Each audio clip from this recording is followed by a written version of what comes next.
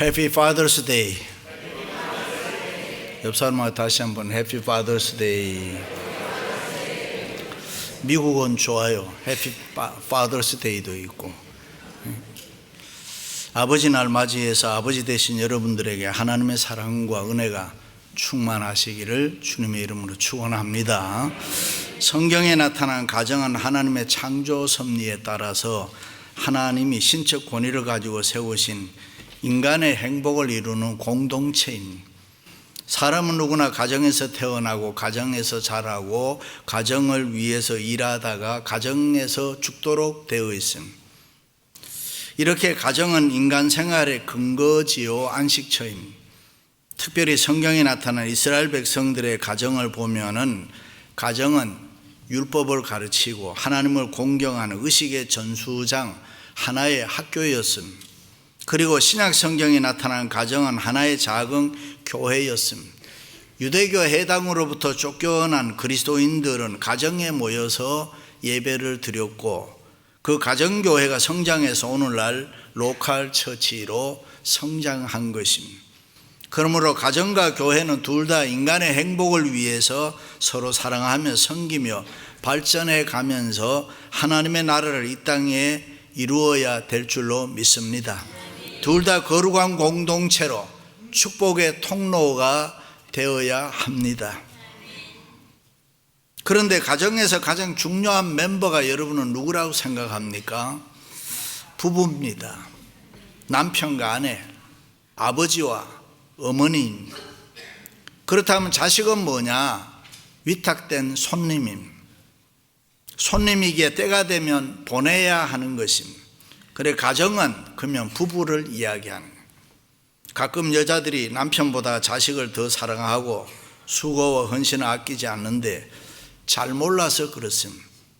가정에서 정말 중요한 분은 남편입니다. 아버지입니다. 아멘도 안 하시네요. 그런데 이민 와서 사는 우리들을 보면은 여자들의 목소리와 위력이 점점 더 강해지고 세지고 반대로 남자들의 위치는 점점 땅에 떨어집니다. 아버지의 권위는 고사하고 위신이나 체면이 말이 아닙니다. 그래서 요즘에 나온 소설들 제목을 보면 고개 숙인 아버지, 기댈 데 없는 아버지, 힘없는 아버지, 아내와 자식 사이에서 수많은 갈등을 겪고 있는 아버지, 제목만 들어봐도 짐작이 가잖아요. 오늘은 Father's Day인데 아버지들 파이팅, 힘내세요. 여러분이 굳건하게 서야 됩니다. 여러분들이 가정의 기둥입니다. 언젠가 신문에 아버지 손을 기억하십니까? 라는 기사가 났더라고요. 아버지 손이 컸는지 작았는지, 우리 아버지 손가락이 길었는지 짧았는지, 여러분의 아버지들 손 기억하세요? 여러분의 아버지 손이 어떻게 생겼다는 거 기억됩니까? 저는 안타깝게도 3살 때 아버지가 세상을 떠났기 때문에 이 아버지에 대한 기억이 없습니다. 그런데 세월이 흘러서 제가 아버지가 되고 보니까 가끔 어떤 아버지가 좋은 아버지일까 고민할 때가 있었습니다. 내가 과연 자녀들에게 좋은 아버지의 모습 아이들한테 보여주는가 미안한 마음이 가끔 들 때가 있습니다. 그건 그렇고 이 아버지라는 그 이름만 들어도 얼마나 좋습니까? 못나도 아버지는 아버지 아닙니까? 아버지를 너무 무시하지 마시고 이 아버지의 길을 세워주시기를 바랍니다. 이민자 아버지들 참 힘들고 고달픕니다. 돈 못 벌어 온다고 구박도 하지 마시고, 누가 뭐 돈 안 벌고 싶어 하는 아버지 있겠습니까? 돈이 벌리지 않는데 어떻게 합니까? 이 땅에 사는 모든 아버지들은 누구나 다 돈 많이 벌어와서 와이프에게 주고 행복하게 해주고 자녀들에게도 뭐 잘해주고 폼도 잡고 사랑도 칭찬도 받고 싶어 하지 않겠어요? 그런데 그게 뜻대로 잘 안 되더라는 것입니다. 어떤 집사님이 자기 부인 보고 당신은 다 좋은데 내 앞에서 좀 쌕쌕 웃으면서 애교 좀 피워라 그랬더니 야 돈 많이 벌어와 봐라. 내가 무슨 짓을 못할 거냐. 그저 돈으로 가더랍니다. 달라져도 세상이 너무 많이 달라졌습니다. 교회에서도 뭐 어머니 날이라고 하면 잔치도 하고 꽃도 달아주고 선물도 주는데 아버지 날 아무것도 없잖아요. 오늘 뭐 있나요? 없어도 아버지들은 됐어, 오케이. 아버지들은 괜찮습니다. 이해합니다. 절대로 섭섭해하지 않습니다. 이것이 아버지들의 마음임. 좀 알아주세요. 자, 그건 그렇고 아버지라는 이름은 분명 영광스러운 이름인데 성경에서 말하는 가장 이상적인 좋은 아버지 상은 무엇일까? 그것은 신앙 있는 아버지, 믿음 있는 아버지입니다. 신앙 있는 아버지, 믿음 있는 아버지가 제일 좋은 아버지입니다. 믿습니까? 심리학자 윌리엄 제임스는 인간이 가지고 있는 가장 중요한 원동력은 믿음이다, 신앙이다 그랬습니다. 믿음이 없이는 행복할 수 없습니다. 믿음이 없이는 성공할 수 없습니다. 그러니까 믿음이 인간에게는 최고의 에너지라는 말입니다. 신앙은 연수에 따라서 좌우되는 것이 아니라 우리의 믿음의 상태에 따라서 달라지는 것입니다. 우리가 이것저것 좀 부족한 것이 있어도 하나님 잘 섬기고 가정 잘 돌보고 열심히 기도하고 교회를 위해서 열심히 봉사하는 이 신앙 있는 아버지, 믿음 있는 아버지가 최고의 아버지인 것입니다. 내가 다른 것은 몰라도 예수 믿는 것은 1등 하겠다. 그런 믿음 있는 신앙 있는 아버지가 되어야 업적도 남기고 성공도 할 수 있습니다. 신앙이 있는 아버지가 되어야 하나님이 은혜도 주시고 복도 주시는 것입니다. 그렇습니다. 신앙 있는 아버지로 살아야 영적으로 강해집니다. 신앙 있는 아버지로 살아야 새로운 비전이 있습니다. 신앙 있는 아버지로 살아야 풀무불 속에 들어가도 살아날 수 있습니다. 신앙 있는 아버지로 살아야 골리앗과 같은 것도 대적해서 싸워서 이길 수 있습니다. 신앙 있는 아버지로 살아야 광야에서도 샘물나게 할 수 있고. 할렐루야. 요즘 젊은이들을 보면은 키도 크고 잘생겼습니다. 똑똑하고 우리가 미국에 살지만 외국 사람하고 비교해도 전혀 손색이 없습니다. 정말 잘생겼잖아요. 잘 컸잖아요. 그런데 이 믿음 상태, 정신 상태는 우리같이 KM 1세 같지 못합니다. 다 그런 것은 아니지만은 무엇을 좀 어떻게 해야 되겠다고 요 악착 같은 마음이 없습니다. 일부 예배 마쳤는데 장로님이 나한테 오더니 목사님 나는 다 하나님 앞에 받았는데 아직도 며느리를 못 봤습니다. 그러면서 자기는 촌놈이 돼가지고 성공했는데 왜 얘는 안 되냐 그렇게 이야기하더라고요. 너무 편하게 살아서 그런가요? 너무 잘해줘서 환경이 너무 좋은 데서 자라니까 그런가요? 빨리 결혼해라. 혼자 사는 게 편하다고 해요. 기가 막혀요. 가정을 이끌어갈 용기도 없고 자신도 없고 그래서 연상의 여인과 결혼 많이 합니다. 그냥 살 때 누나 밥 줘요. 이게 편하다는 거지. 응? 용기도 없고 책임감도 없고 뭐 남자로서 어떤 도전 정신도 없고 스펙은 좋은데 열정이 없어요. 하는 거는 많은데 하지를 않으려고 그래요. 신앙 있는 어머님들 정신 차리세요. 아들을 강하게 키우세요. 그래야 남의 딸 데려다가 고생 안 시킵니다. 아들을 너무 유약하게 키워놓으면 안 되는 것입니다. 그러면 나중에 신앙의 아버지가 되지를 못합니다. 믿음 좋은 아들로 키워야 되는 거예요. 누가? 어머니가 그렇게 해야 돼요.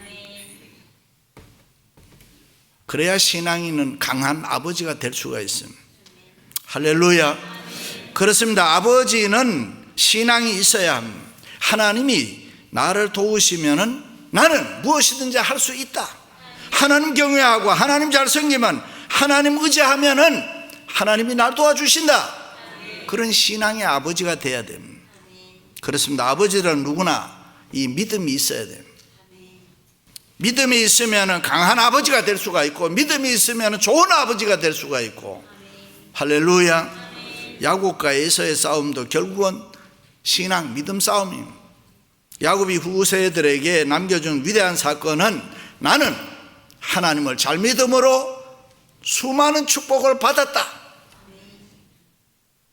야곱은 자랄 때에 에서보다 여성적이었습니다. 그래서 야곱은 늘 평소에 어머니 치마 자라잡고 부엌에 왔다 갔다 장막에 머물면서 이 어머니가 들려주는 하나님에 대한 믿음의 축복을 잘 배웠습니다. 그래서 그는 늘 믿음을 사모했습니다. 나는 이 세상 살아갈 때에 믿음 있는 사람이 되어야지. 어머니로부터 할아버지 아브라함의 믿음, 아버지 이삭의 믿음 얘기를 들으면서 아하, 사람이 믿음이 있어야 강해질 수 있구나, 믿음이 있어야 성공할 수 있구나, 믿음에 대해 큰 감동을 받았습니다. 그러나 에서는 평소에 들에나 쫓아다니며 사냥이나 하며 남성다웠지만은 믿음을 시시하게 여겼습니다. 믿음이 없는 남성다움은 가짜입니다.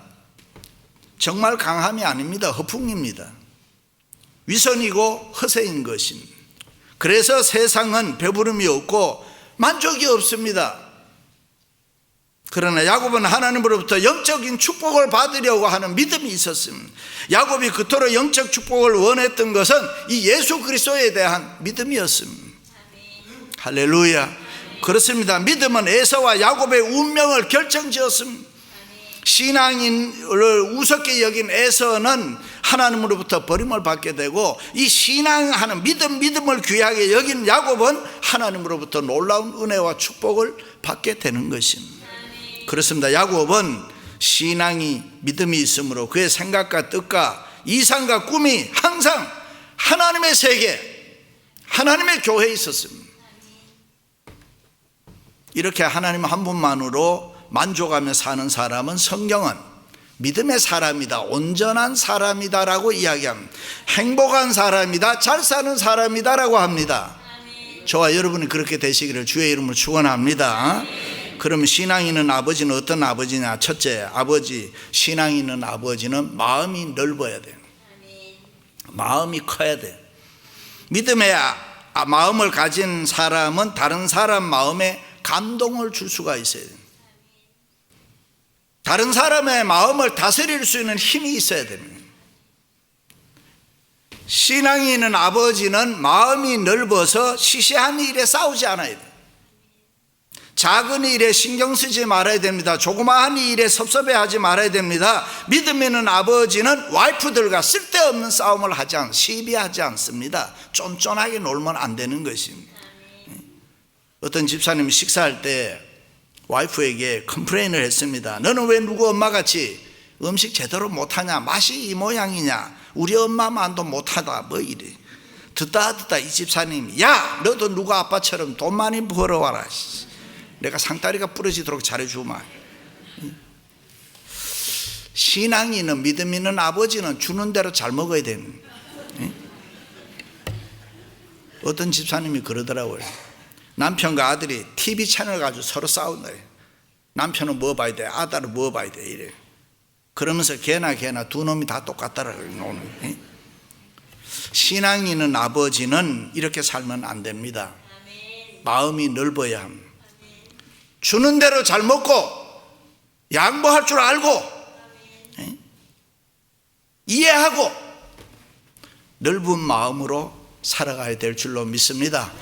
할렐루야. 그렇습니다. 한 가장인 아버지는 넓은 마음으로 그 가정에 믿음의 기둥이 딱 돼야 됩니다. 힘의 중심이 돼야 됩니다. 믿음의 아버지는 그 가정의 내일에 대한 분명하고 뚜렷한 비전을 가지고 우리 가정은 이렇게 가야 된다라고 해야 됩니다. 아무리 실패하고 어두운 절망 가운데 있다고 할지라도 한 가정의 아버지는 믿음 위에 굳게 서서 하나님 바라보고 내일에 대한 소망을 붙잡고 가족들을 리드해 나갈 수 있어야 됩니다. 아무리 살기가 힘이 들어도 자식들에게 하나님에 대한 분명한 신앙 가르쳐야 됩니다. 내일에 대한 꿈을 심어줄 수 있다면 그 아버지는 훌륭한 믿음 있는 아버지입니다. 보통 가정에서 아버지가 잘못하면은, 아이가 잘못하면은 아버지에게 핑계를 댑니다. 아이가 잘못했는데 어머니가 그럽니다. 어쩌면 너는 그렇게 네 애비를 닮았나? 그럼 그 아이가 지 애비를 닮아야지 뭐 옆집 아저씨를 닮으면은 뭐 되겠습니까? 예? 노처녀가 되어서 늙어 죽더라도 네 애비 같은 사람은 절대로 결혼하지 마라. 결혼할 때 아버지가 아들을 앉혀놓고 나는 내가 어떤 여자와 결혼해도 다 좋은데 단 내 엄마 같은 여자하고는 하지 마라. 그래서야 되겠습니까? 아니다. 내 아버지 같은 남자라면, 내 어머니 같은 여자라면 나는 무조건 찬성이다. 그렇게 얘기할 수 있는 믿음 있는 아버지 어머니들이 되시기를 주님의 이름으로 축원합니다. 할렐루야. 두 번째는 신앙 있는 아버지는 사랑이 많아야 합니다. 어느 아버지가 뭐 자식과 가정을 사랑하지 않겠습니까마는 아버지는 사랑이 많아야 됩니다. 특별히 신앙이 있는 아버지는 자식 하나하나를 사랑하고 기도할 수 있어야 됩니다. 수고와 희생을 기쁨으로 생각하며 사랑해야 됩니다. 내일이면 내 자녀에게 사랑을 표현할 기회가 없을 수도 있습니다. 그래서 오늘 최선을 다해서 내가 내 자녀를 사랑해야지. 사랑은 위대한 힘이 있습니다. 사랑은 감동이 있습니다. 사랑하면은 놀라운 역사가 일어납니다. 자식을 향한 그 사랑을 표현할 수 없어서 하나님 앞에 눈물로 기도하는 아버지들이 돼야 됩니다. 내가 이 자녀를 너무 사랑하는데 표현할 길이 없어. 그렇게 사랑을 많이 받고 자란 아이들이 어른이 되면은 믿음으로 아름다운 인생을 살아가게 될 줄로 믿습니다. 할렐루야. 경북대학교의 박찬석 전 총장의 얘기입니다. 경남 산천에 한 가정 가난한 집 아버지가 형편도 힘들고 머리도 별로 좋지 않는 아들을 대구로 유학을 보냈습니다. 대구 중학을 다녔는데 1학기 말 성적이 68명 중 꼴찌였습니다. 방학에서 고향을 가는데 그 성적표를 보일 자신이 없어 아들이 68등을 1등으로 고쳤습니다. 그리고 아버지께 보여드렸습니다. 아들 생각은 보통 학교, 국민학교도 나오지 않는 아버지가 아시지 못할 것이라고 하고 속여서 보인 거예요. 친지들이 몰려와서 공부를 잘했느냐고 묻자 앞으로 봐야지 이번에는 어쩌다 1등 했대. 그러니까 한턱 내라는 친지들의 성화에 못 이겨서 한 마리 키우던 돼지를 잡아서 잔치를 했습니다. 옆에서 본 아들이 기가 막힌 거예요. 아버지 해놓고는 그 다음 말을 못하는 거예요. 겁이 난 아들이 강으로 쫓아가서 물에 빠져 죽을까 하다가도 이 아버지의 사랑 때문에 그 아들은 마음을 고쳐먹었습니다. 17년이 지난 후에 그 아들은 대학 교수가 되었습니다. 그리고 어느 날 자신의 아들이 중학교에 입학했을 때에 아버지께 33년 전 이 일을 사과하려고, 아버지 제가 사실 중학교 1학년 때에 그렇게 말을 시작하려고 하니까 아버지가 나는 알고 있었다. 그만해라. 내 아들이 듣는다 하셨습니다. 자신이 위조한 성적을 알고도 돼지 잡아서 잔치하신 그 아버지의 사랑의 마음을 박사가 되고 교수가 되고 총장이 되었어도 감히 물을 수 없었다. 그렇습니다. 아들의 마음을 얻는 길은 진실로 그의 입장이 되어 사랑해 주는 것입니다. 사랑으로 믿어주는 아버지를 위해서 그 아들의 마음을 바로 세우고 훌륭한 사람이 됐던 것입니다. 훌륭한 아버지, 어떤 아버지입니까? 사랑이 많은 아버지입니다. 아비들아, 너희 자녀를 노엽게 하지 말고 오직 주의 교훈과 훈계로 양육하라.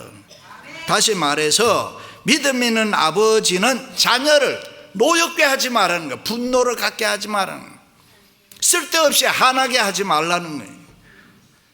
사랑으로 키우라는 거지. 어게인스트하게 만들지 말라는 거예요.